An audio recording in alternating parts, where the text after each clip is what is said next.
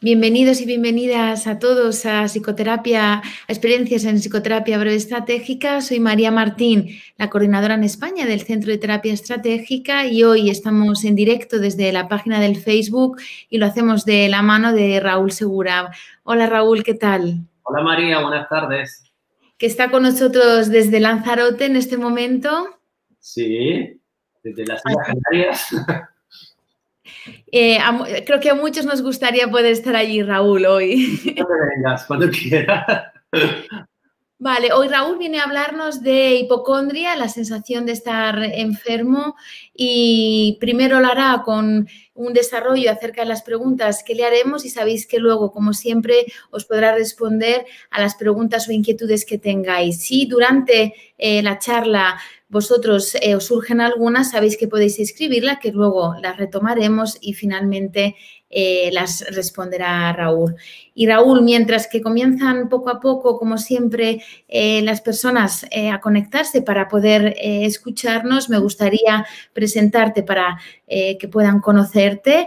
Raúl es psicólogo y psicoterapeuta, es especialista en psicoterapia breve estratégica y lleva desde el 2012, comentábamos Raúl, yendo al Centro de Terapia Estratégica en Arezzo para hacer un training intensivo al inicio y luego como una formación continua, ¿no? Cada poquito más o menos.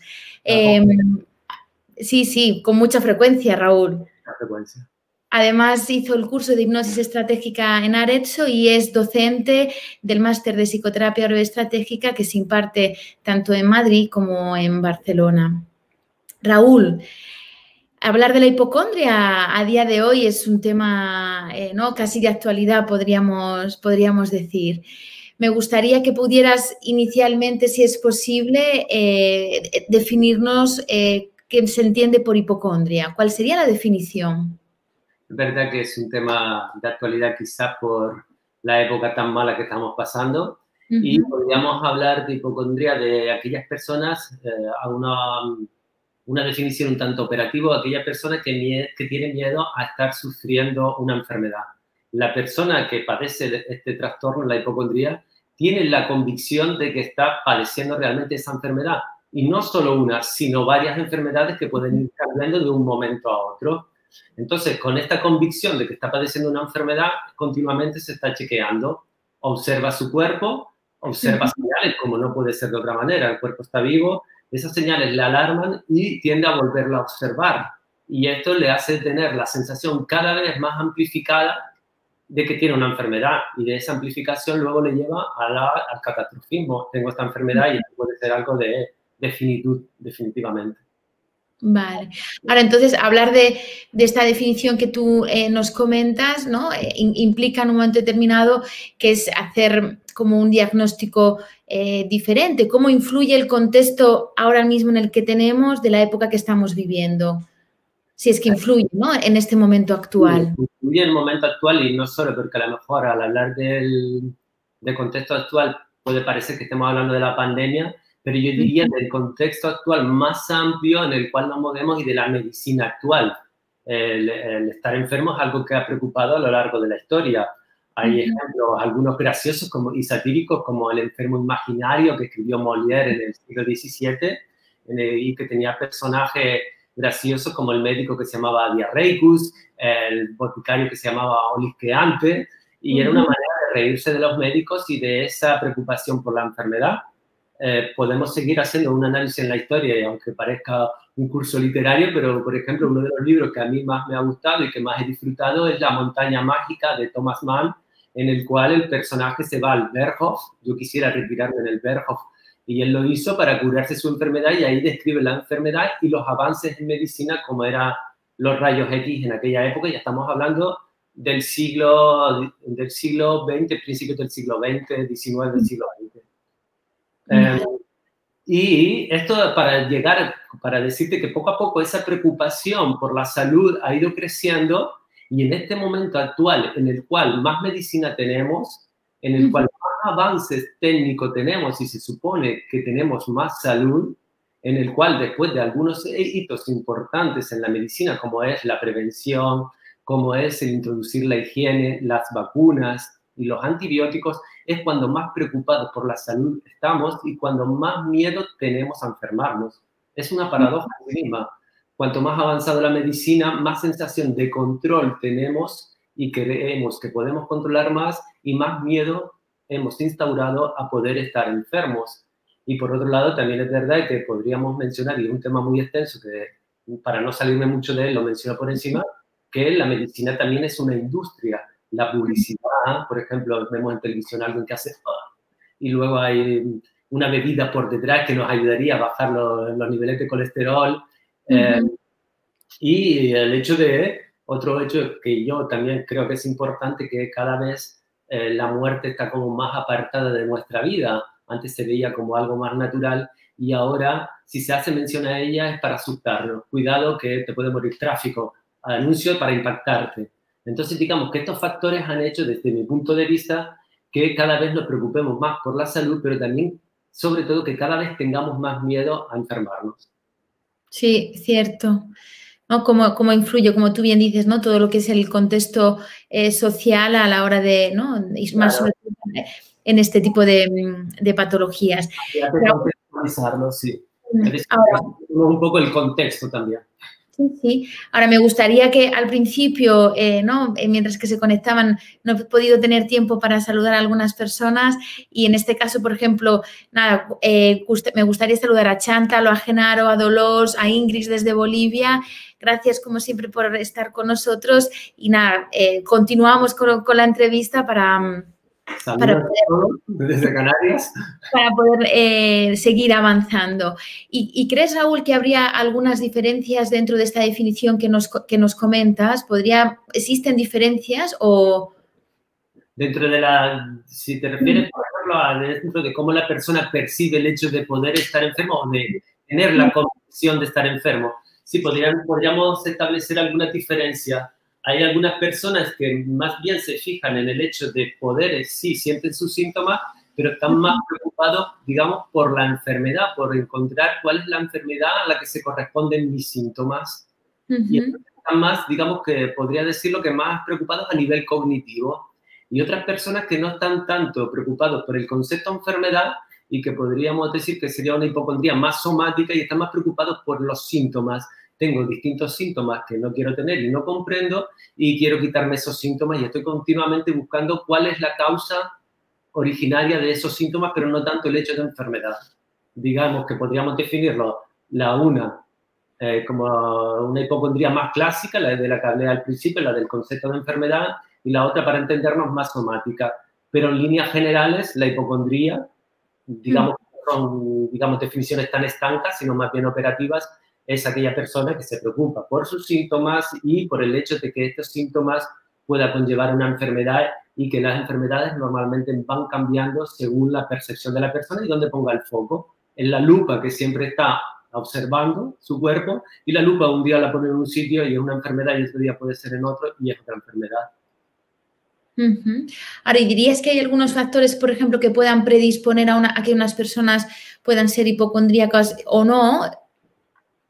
Sí, podríamos decir algunos factores, siempre teniendo en cuenta que no estamos hablando de una relación de causalidad, de relación causa-efecto, sino, digamos, observaciones y factores que podríamos hablar predisponentes.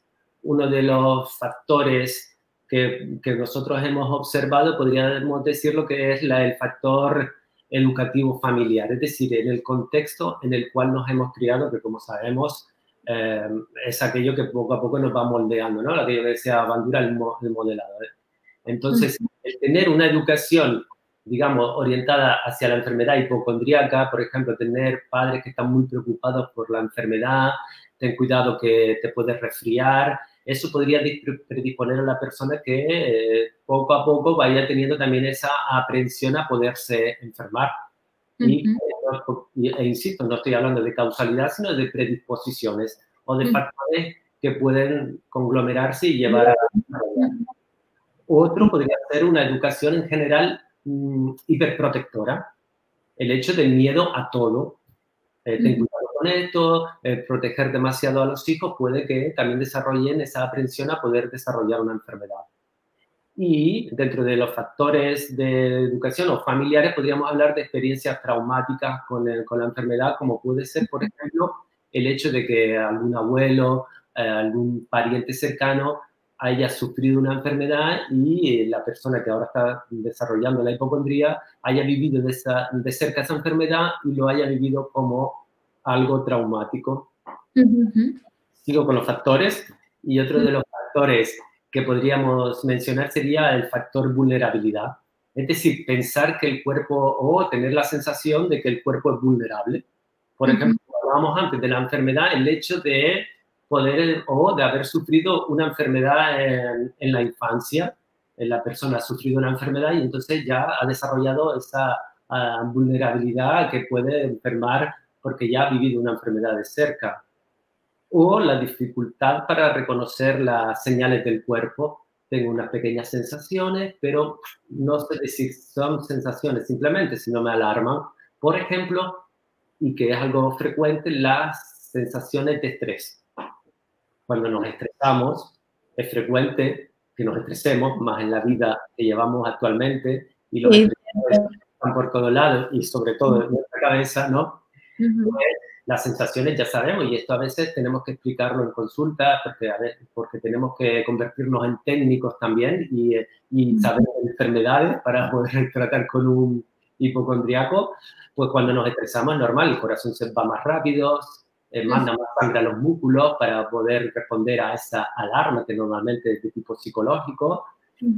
Y se producen contracturas musculares, a veces hormigueo, la vista se puede nublar, y esas sensaciones pueden llevarse a confundir con que estoy padeciendo una enfermedad, pero es la reacción de alarma. Lo que es un círculo. Me estreso por el hecho de que puedo creer que tengo una enfermedad, más me observo, más me estreso, y al final es un círculo que retroalimentan.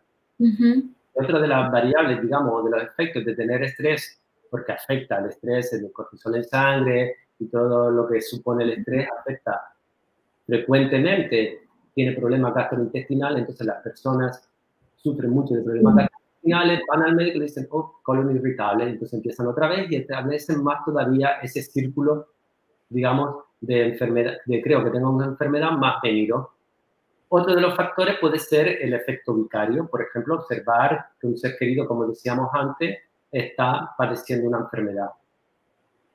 Y el efecto iatrogénico, el hecho de ir al especialista, y aquí iatrogenia me refiero en cuanto refiere a lo que es la hipocondría, no a que una mala o una praxis médica que tenga efectos secundarios, sino que tú vas al médico y te pueda decir, creo que está todo bien, en las pruebas no se ve nada, pero por si acaso vamos a hacerle otra prueba. Ese por si acaso es fatídico. Esa duda, ¿no? Esa duda del hipocondriaco, o todo está bien, pero hay un pequeño valor que se altera. Ese pequeño valor es suficiente y ya todo lo demás queda descartado. Me quedo con ese, porque yo voy a confirmar que estoy enfermo. Entonces, todo lo demás. Y la comunicación, en este caso, del médico con el paciente, es una comunicación en la cual, que hablábamos al principio de la conversación, está muy mediada por cómo ha avanzado la medicina y, sobre todo, en pruebas. El hecho de estarse centrando en pruebas y no en la relación con el paciente, mirarlo a la cara, decirle no pasa nada, no tiene usted nada, sino escribiendo en el ordenador y mirando pruebas, hace que el paciente crea que tiene que hacerse una prueba más para desconfirmar. Entonces, yo diría que estamos a juicio, ¿no? El hipocondriaco se sienta a juicio y el juicio es, usted tiene que probar que está sano, usted me tiene que probar que estoy sano. Ese es el juicio continuo. Digamos que eso podría ser factores. Vale, y frente a este miedo, ¿no? Y como has dicho, ¿no? Y estos factores que pueden, ¿no? Influir o hacer o crear mayor vulnerabilidad, ¿cómo responde o qué hace, ¿no? Mejor sería una persona hipocondríaca para calmar esta angustia o esta ansiedad que percibe o que experimenta.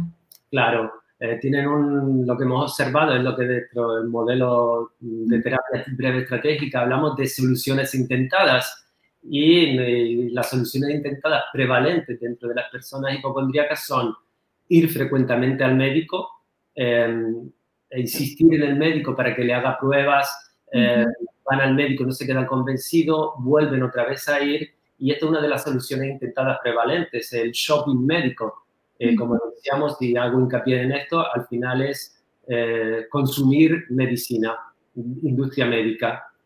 Otra de las soluciones intentadas o de los patrones que suelen emplear las personas que padecen esta patología es buscar en Internet. Buscar en Internet, en este caso, se convierte en una ventana hacia la angustia, hacia la ansiedad, porque van a confirmar su creencia de que están enfermos. No van a decir, oye, voy a ver esto y busco un pequeño remedio para pasar y ya está.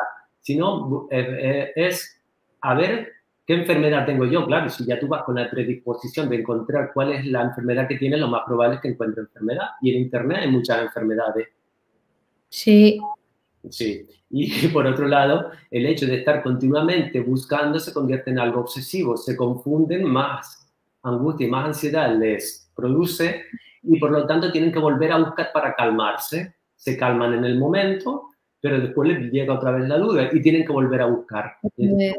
Sí. Y lo retroalimentan, y es algo que poco a poco se convierte en una solución intentada que no pueden dejar de hacerla a pesar de que se dan cuenta que les está produciendo más angustia. Con lo cual es como si crearan una especie de círculo, ¿no? Entre, ¿no?, el miedo y lo que hacen, como decías, ¿no?, que retroalimenta constantemente. Claro, lo retroalimentan a la base de soluciones intentadas, en este caso disfuncionales, porque no le ayudan a salir del problema, y sabemos que si no le ayudan a salir del problema, como mínimo le están manteniendo en el problema.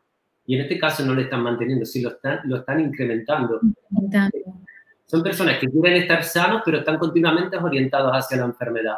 Son personas que quieren tener una relación, digamos, armoniosa con su cuerpo, pero lo que hacen es una relación angustiosa con su cuerpo. Es como si tuviesen, como ponerte una imagen en medio de un charco de agua y quiere que esté cristalina, pero siempre están dándole manotazos, y con lo cual la están volviendo cada vez más turbia. Los manotazos es buscar en Internet, ir al médico.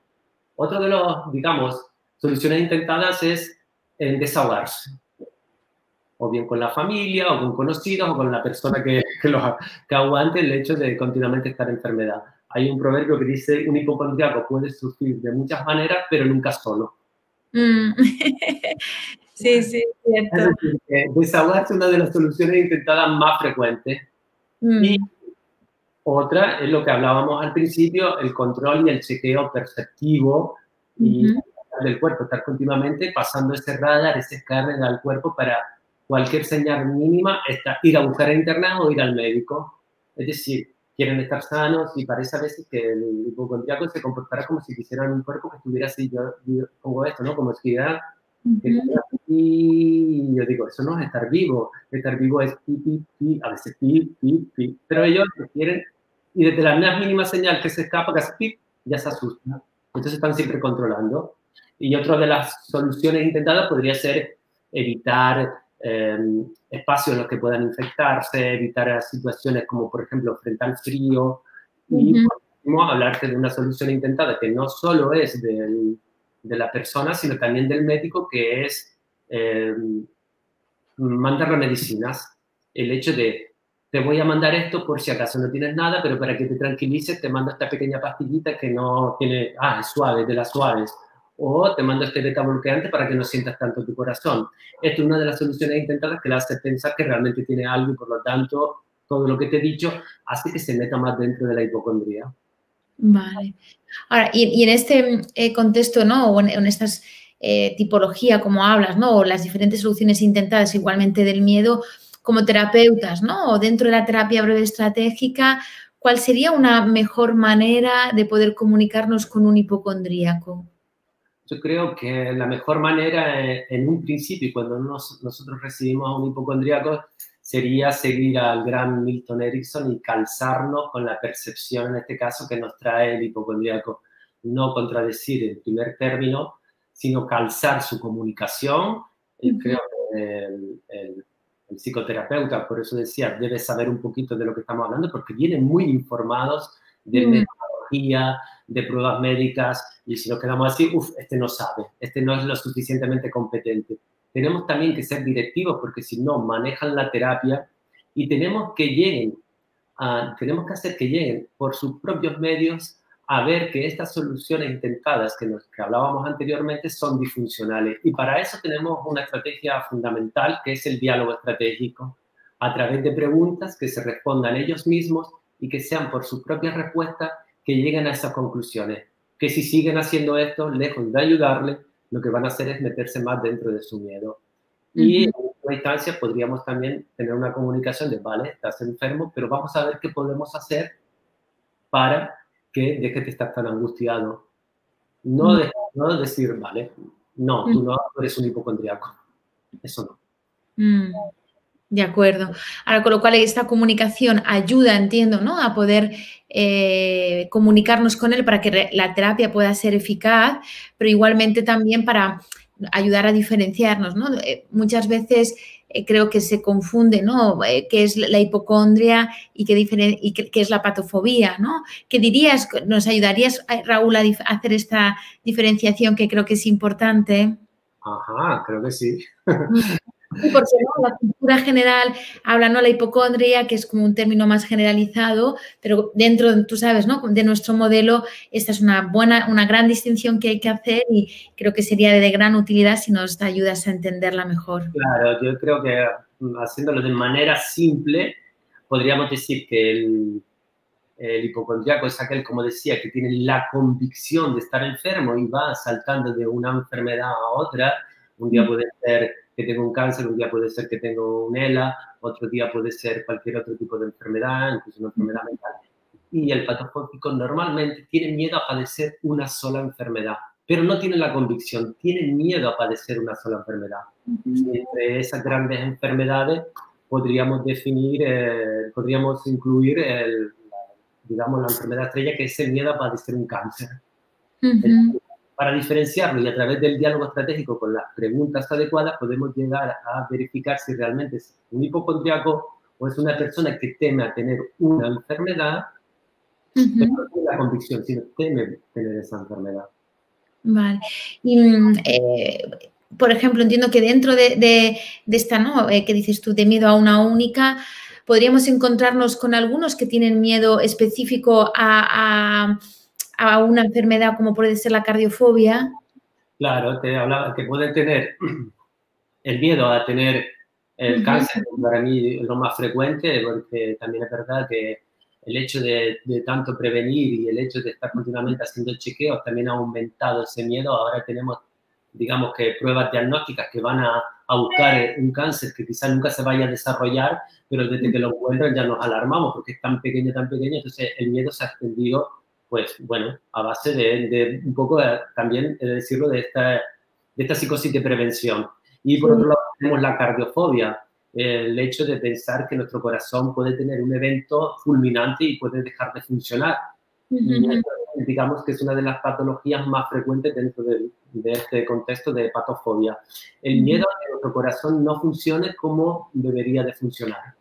Vale. Y ante este miedo a que su corazón no funcione como debería, normalmente este tipo de pacientes o estas personas, ¿qué hacen? ¿Qué es lo que tratan de hacer frente a este miedo?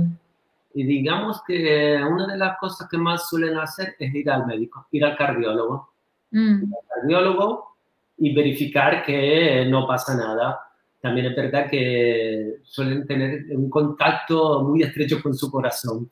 Digamos que están continuamente sintiendo su corazón, aman mucho o sienten mucho su corazón porque lo están mirando continuamente. O están comprobando, por ejemplo, mirándose el latido cardíaco, bien sea en el cuello, bien sea así, mirando la presión arterial para comprobar que los valores no se alteran. Y como te decía, ir al médico para que les aseguren que no pasa nada. Pero, como hablábamos anteriormente, a veces ir al médico puede ser que nos tranquilice en el momento, pero tanto el hipocondríaco como el patofóbico puede pensar que el médico ese día no estuvo tan atento o que no vio realmente todo lo que tenía que ver y que, por lo tanto, aunque me haya dicho que no tengo nada, probablemente no algo. O puede ocurrir que el médico le diga que no tiene nada, pero para tranquilizarlo, o quizás también para tranquilizarse él, porque no podemos estar seguros al 100% en el médico. No tienes nada, pero por si acaso, como veo que te asusta eso y tienes ese pequeño salto, te voy a mandar un beta bloqueante, con lo cual le damos a entender que realmente está enfermo. Y probablemente también es verdad que el hecho de tener esta fobia e ir al cardiólogo hace que se alteren esos valores. Se sale con un medicamento. Otra de las cosas que suelen hacer es, digamos, precauciones o evitaciones. El no tomar café, por ejemplo, porque la cafeína puede alterarme. Y entonces, pues mi corazón va más rápido. Entonces no la tomo. No subir escaleras o no hacer ejercicio físico para que mi corazón no se altere y no se ponga a prueba. Cuando es, digamos, incluso de si yo hago ejercicio físico, pues tendré un corazón más fuerte, pero el miedo es no, a que se alteren los valores, porque como te decía anteriormente, siguiendo esta imagen, la intención es de que esté siempre así. Pero como han adquirido esta capacidad de mirarse tanto, de desarrollar tanto su percepción, la percepción de sí mismo, la propiocepción, la lupa es tan grande que cualquier pequeño cambio que a la mayoría nos pasaría desapercibidos, a estas personas no les pasa desapercibidos y se asustan. Y al asustarse, claro, el corazón va más rápido porque estás asustado. Y entonces más te asusta y entonces entras ya dentro del círculo que te lleva a padecerlo. De acuerdo. O sea, es como que tienen una escucha muy, muy sensible, ¿no? Muy aguda a cualquier mínimo o cualquier latido pequeño que puedan tener. Estábamos hablando y hemos hablado en esta charla continuamente de percepción. Entonces, tiene una escucha, una percepción, digamos, y por eso dije propiocepción, de percibirse a sí mismo muy desarrollada. A de hacerlo tanto, pues cualquier mínimo cambio lo perciben. Están continuamente mirando hacia adentro y no mirando hacia afuera, como hacemos normalmente. Miramos hacia adentro de vez en cuando. Pero miras, y en este caso el hecho de percibir el corazón, que es normal que varíe, si no sería preocupante si no sintiéramos el corazón, pues les asusta, y el hecho de asustarlo hace que el corazón todavía, porque ya entra en marcha la respuesta de estrés, hipófisis pituitaria adrenal, y entonces ya se asustan más, y entonces entran dentro del círculo. Vale, vale. En este caso de la cardiofobia. Vale, con lo cual aquí podríamos decir, ¿no? Que, como bien nos has explicado, que estas diferencias entre el hipocondríaco y el patofóbico son importantes a tener en cuenta y que, ¿no? Dentro de la terapia estratégica, el uso de un diálogo estratégico, ¿no? El uso de la comunicación nos puede ayudar a poder ir diferenciar, ¿no? Cuando una persona con esta problemática viene a nosotros. Raúl, me gustaría poder pasar, ¿no? a las preguntas del público, que tengo que decirte que ya hay algunas, ¿no? Y que esto para que nos pueda dar tiempo, ¿no? A responderlas a cada persona que nos la quiera realizar. Y como siempre os digo, si hay alguna que en algún momento se queda sin contestar, después nos las escribís y nosotros lo haremos vía email o por el Messenger de la plataforma de Facebook. Ahora, Raúl, a mí me preguntaba, por ejemplo, Laura, cuando hablabas de las personas, ¿no? De los familiares, cuál es la respuesta que este tipo de las familias cercanas a un hipocondríaco o a un patofóbico suelen tener? Cuando comentabas que hablaban. Entonces, la primera respuesta, en primera instancia de los familiares, es acoger a esa persona que está asustada. Sí. E incluso intentar tranquilizarle.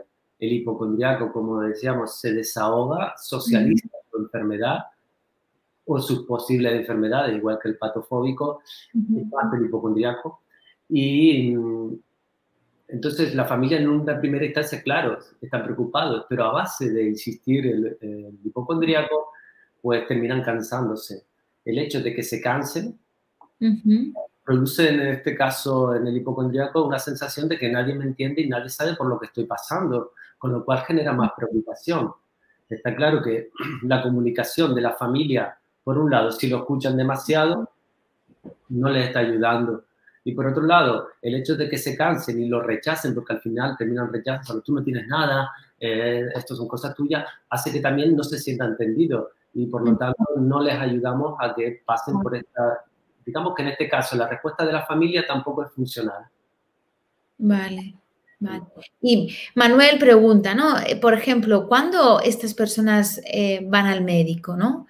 ¿Cómo suelen responder los médicos cuando no van una vez y vuelven a ir y vuelven a ir, ¿no? A que pedir, cuando le piden este tipo de chequeos o de pruebas, ¿cuál suele ser normalmente esta respuesta que tienen los profesionales?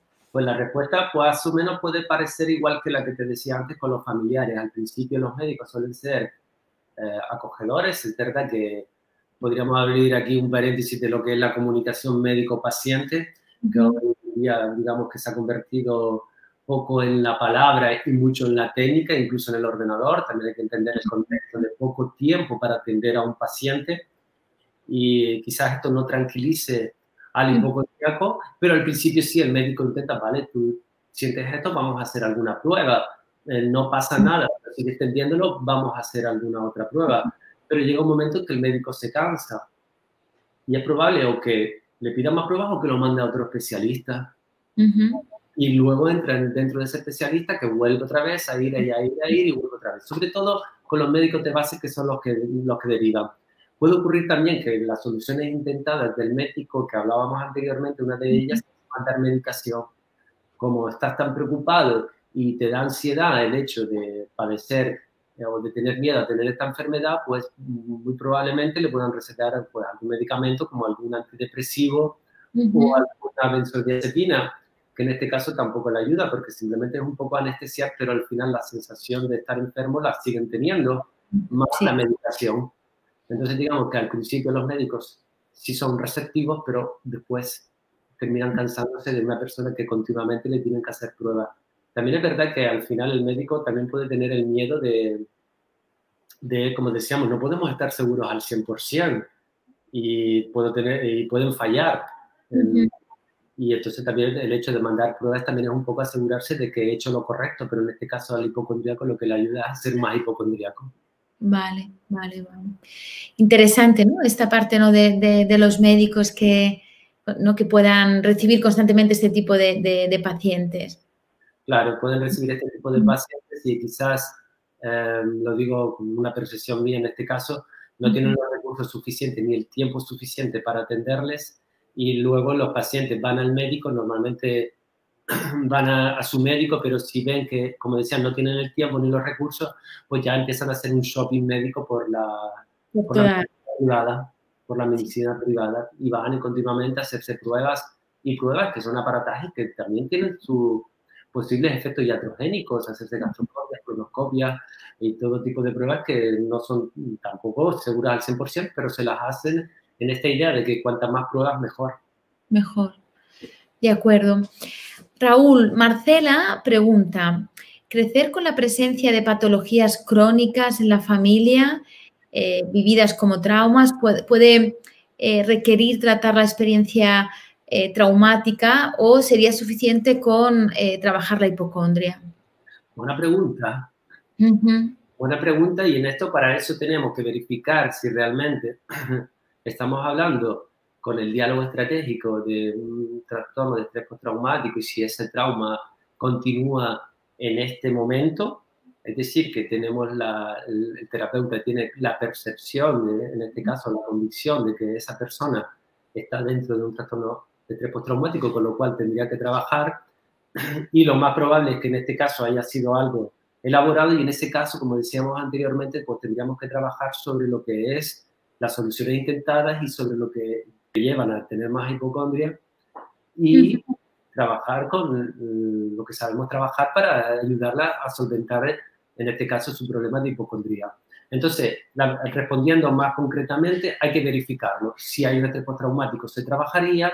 Si realmente esto es lo que ha desarrollado es una hipocondria, trabajaríamos simplemente sobre la hipocondria, simplemente y complicadamente también. Sí, cierto. La misma línea que comentábamos antes, ¿no? También Marcela decía, sí, ¿harías algún tipo de recomendación a los equipos médicos, ¿no? o de salud de cara a un manejo, ¿no?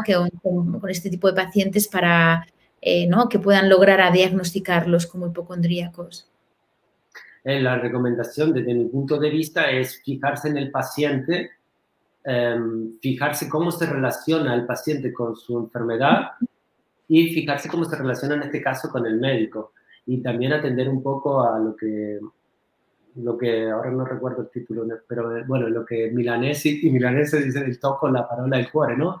El tacto, la palabra, el corazón. Atender al diálogo con el paciente para ayudarnos a verificar qué le está padeciendo realmente, si en este caso estamos hablando de un paciente hipocondriaco. Vale. La comunicación en este caso es imprescindible. Tener una comunicación en que aseguremos al paciente de que esto es lo que hay. Y en última instancia, yo creo que lo más interesante es que si vemos que se repite, pues derivar al paciente al profesional indicado, que en este caso creo que es el psicólogo o el psicoterapeuta. Vale. Ahora, y luego Pepe, ¿no? Tiene la curiosidad de saber si la ansiedad está presente en esta tipología de hipocondria. ¿Se trabaja con la ansiedad de inicio o de manera posterior?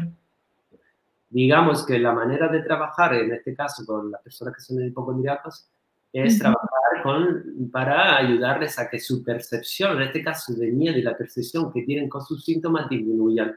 Y la ansiedad, digamos que es una respuesta consecuencia de esta relación con sus propios síntomas. Trabajando en esta relación del paciente con sus propios síntomas y que deje de ser una relación de miedo y de alarma, pues la ansiedad decaerá como una consecuencia natural. Estamos hablando de una persona de ataques de pánico, de una persona que tenga una patología en sí misma fóbica. Estamos hablando de una persona que tiene una relación de miedo, pero con sus síntomas por el hecho de estar enfermo. Entonces, trabajando en esta relación, la ansiedad decaerá, como decía, como una consecuencia natural. Vale. Por otro lado, María ¿no? pregunta si has trabajado con una persona que estaba, ¿no? etiquetada como hipocondríaca y después de un tiempo le han diagnosticado algún tipo de enfermedad como pueda ser una fibromialgia. En estos casos, ¿no? ¿Qué recomendarías hacer?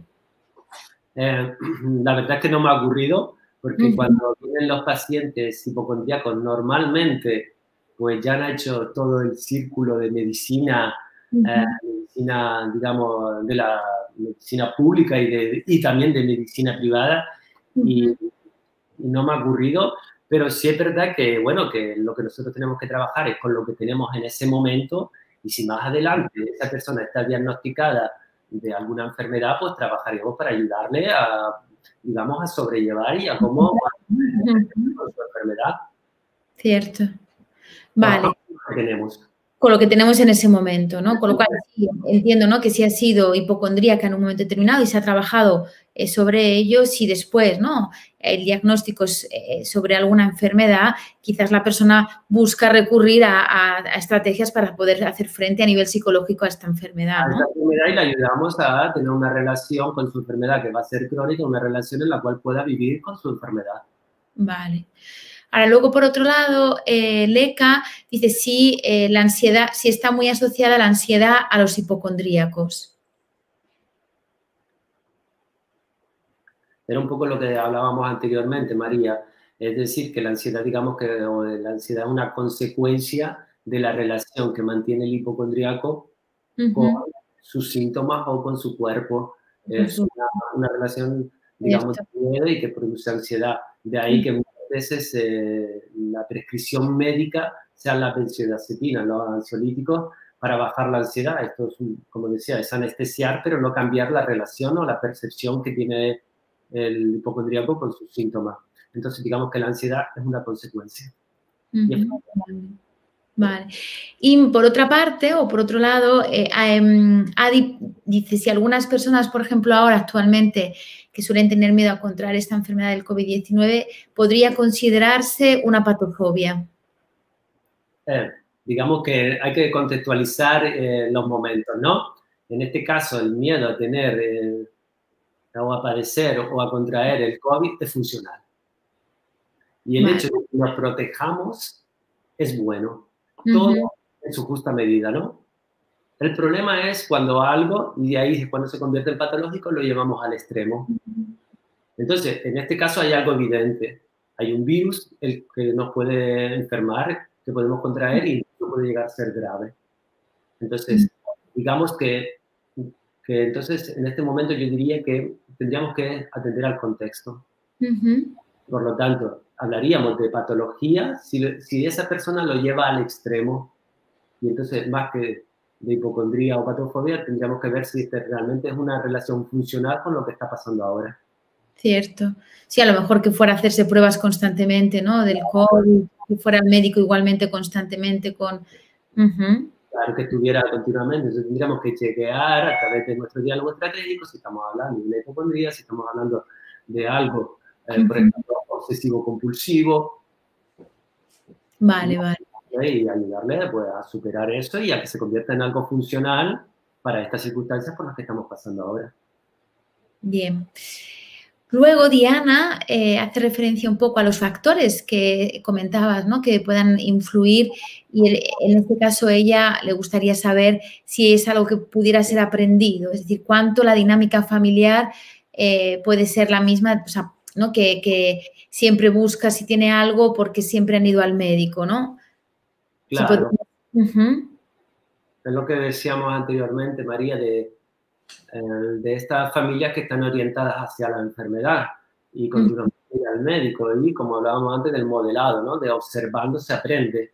Entonces, como decía, y quiero hacer hincapié en esto, no estoy hablando de causalidad, de relación causa-efecto, pero sí es verdad que es más probable que si tú te educas en ese ámbito, pues desarrolles esa, digamos, esa sensibilidad y esa aprensión a poder estar enfermo y acudir continuamente a la medicina como el remedio y delegar en la medicina lo que primero tenemos que delegar en nosotros, que es conocer nuestro cuerpo y aprender cuándo realmente tenemos que ir al médico y cuándo realmente es algo que puede ser pasajero.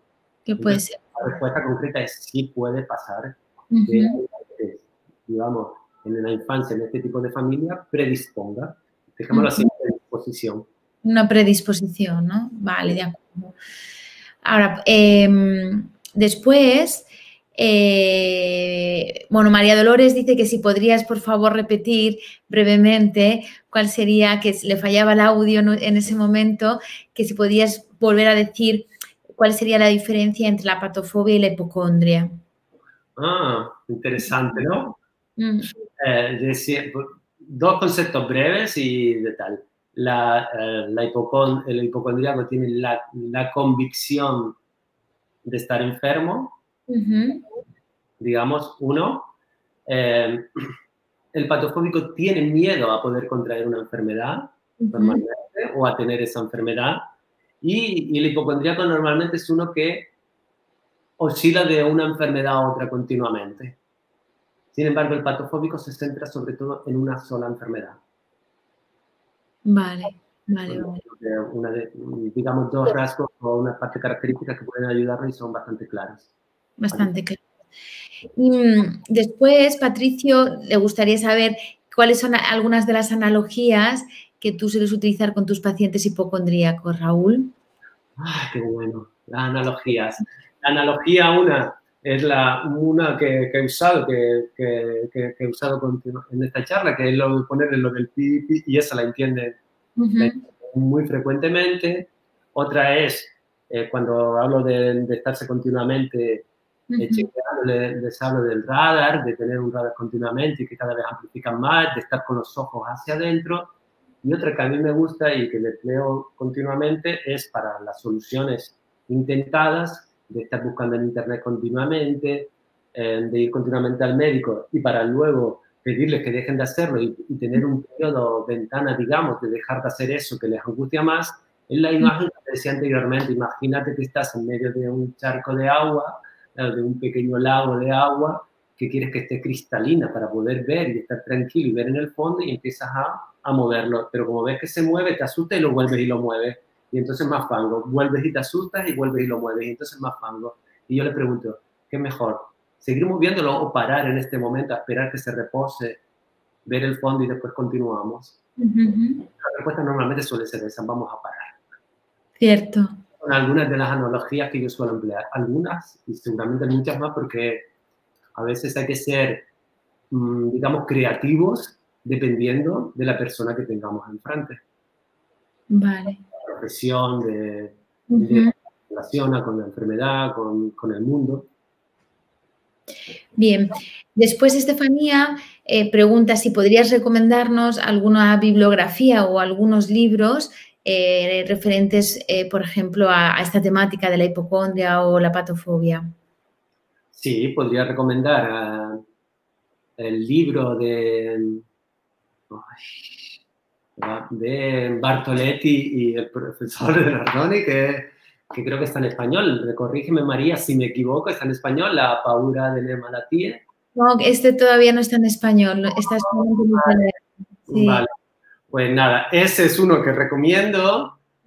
Recomiendo porque por lo menos a mí me parece muy interesante para entender no solo hechos, sino el contexto de ir al médico y del contexto de enfermedad que estamos viviendo.